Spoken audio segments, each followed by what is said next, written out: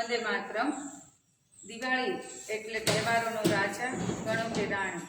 દિવાળીનો તહેવાર એકાદશીથી શરૂ થાય છે। આજનો તહેવાર એટલે બચ્ચ બારસ। હા, આજ બચ્ચ બારસના દિવસે ગાય માતાનું ખૂબ જ મહત્વ હોય છે। લોકો ગાય માતાની અને વાછડાની પૂજા કરે છે। શું માત્ર એક જ દિવસ ગાયની પૂજા કરવાથી આપણને એ ધર્મનું ફળ મળે છે? બિલકુલ નહીં।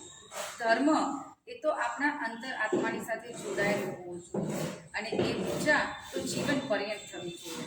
અને એ પૂજા માત્ર ગાયને એક જ દિવસ ઘાસચારો આપવાથી નહીં, પરંતુ આજે આવો આ બચ્ચ બારસનું વ્રત આપણે પૂરા જીવન વિતાવીએ।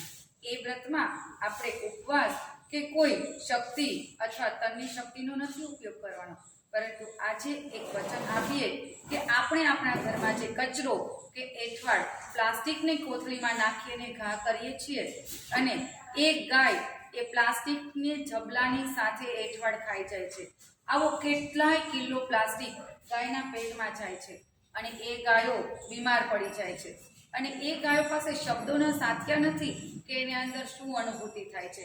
ત્યારે આ ગૌશાળાના લોકો એ બીમાર ગાયોને અહીંયા લઈ આવે છે, એની સારવાર કરે છે, ઓપરેશન કરવાની જરૂર હોય તો એમના ઓપરેશન પણ કરે છે અને એમની સેવા કરે છે। તો આપણે એક એવો સંકલ્પ લઈએ કે આપણે કોઈ પણ કચરો કે એઠવાડ પ્લાસ્ટિકમાં નાખી અને બહાર ક્યાંય પણ આંખે કંઈ આપણે ફેંકશું નહીં અને ઇવન પ્લાસ્ટિકનો કચરો પણ આપણે રોડ ઉપર ક્યારેય ફેંકશું નહીં, જેથી ગોચર જમીન એકદમ ફળદ્રુપ રહે અને આપણે મૂંગા પશુઓની સેવા કરી શકીએ। આપ સૌને બચ્ચ બારસના નમસ્કાર, વંદે માતરમ અને શુભકામના। જય ગૌ માતા।